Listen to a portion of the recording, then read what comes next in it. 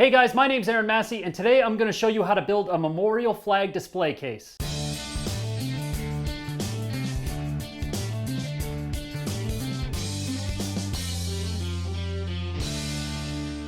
Father's Day is right around the corner, and my dad is extremely hard to shop for. I never know what to get him. He's kind of the guy that has everything, doesn't need anything, and never asks for anything. About a year ago, my dad lost his father, who was a World War II veteran. He passed away at the age of 89. At his funeral, my dad was given the flag that draped over my grandfather's casket. And so for Father's Day this year, I figured I would build him a memorial flag display case for my grandfather's flag. I did a little research online and found that all burial flags are the same size. They're 5 feet by 9.5 feet. And I was able to find a set of plans online on the Woodworker's Journal that actually has a pretty detailed breakdown of how to build the case, which I'm going to be kind of following and modifying so that I can make it kind of my own. So I'll put a link in the description below where you guys can find these plans if you want to follow along. I'm going to be building this case out of some beautiful walnut I found at my local lumber store. So to get started, I'm going to rip some 3-inch strips of the walnut on the table saw that are going to act as the back of our case.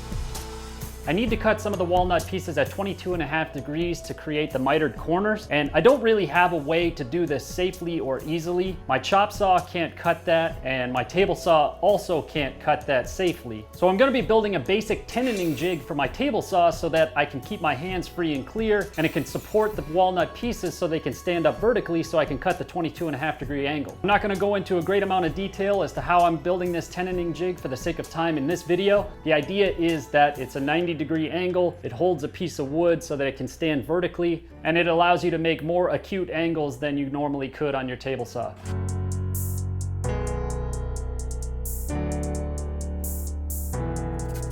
Before I make any of the mitered cuts in the walnut, I'm going to use a piece of scrap wood and do some test cuts just to make sure that everything works properly. Next, I can cut the pieces for the body of the case according to the sizes from the plans.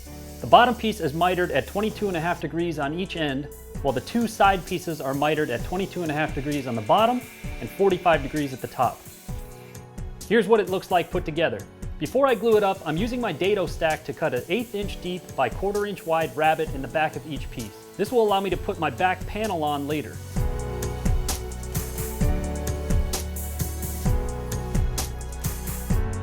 To glue up the body, I'm using some rapid fuse and a strap clamp to hold everything together nice and tight, and while that sets up, I can work on the face frame. I'm modifying the plans at this point because I'm going to make the case hinged on the face, whereas the plans are for a fixed face frame. I have to turn the face frame pieces on the jig to cut the miters, which doesn't allow for my blade to pass all the way through, so I trim the remaining with my trim saw and clean up the edges with the sander. I'm carving a rabbet on the inside edge of each piece so that the glass will inset into the face frame later on. Then using my palm router, I'm adding a little bit of detail on the inside face of each piece.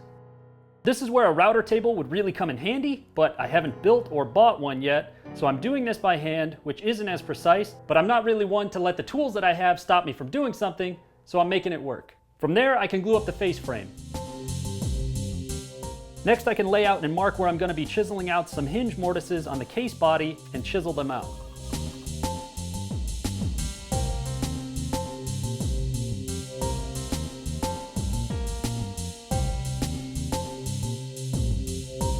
And then I can lay out and chisel the corresponding hinge mortises on the face frame and pre-drill and attach the face frame to the case body. Next, I hit the whole case with some 120 grit sandpaper on the orbital sander to clean up any imperfections, and then work my way up to 220 grit paper by hand. I pre-drilled a 3/8 hole in both the face frame and the case body and epoxied a couple rare earth magnets in the holes to act as a latch to keep the case closed. With the case sanded down to 220 grit, I'm going to apply the first of 3 coats of tung oil finish, let it dry, and then sand it again at 500 grit, add another layer of tung oil finish, sand it once again at 600 grit, and then add a 3rd layer of tung oil finish. For the backing of the case, I'm just using a piece of hardboard, so I measure how big the piece needs to be, and then I cut it out with my utility knife. And then I pre-drilled and installed the backing with some small brass screws. Lastly, I brought the case into a glass shop and had them cut a custom sized piece of glass for the case, Ended up costing me $7, so it's not very expensive. To install the glass, I'm running a thin bead of silicone all the way around and then holding it in place with a few retaining clips.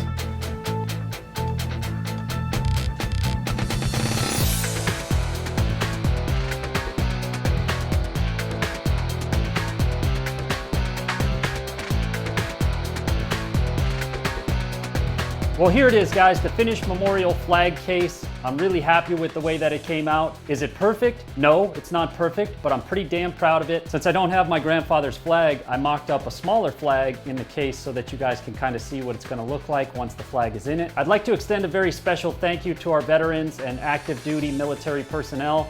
Thank you guys so much for what you do. If you like this video, please hit that like button and leave a comment down below. Thank you guys so much for watching, and I'll see you next time. Hey guys, my name's Aaron Massey. Today I'm gonna show you how to build some super simple DIY triangle shells.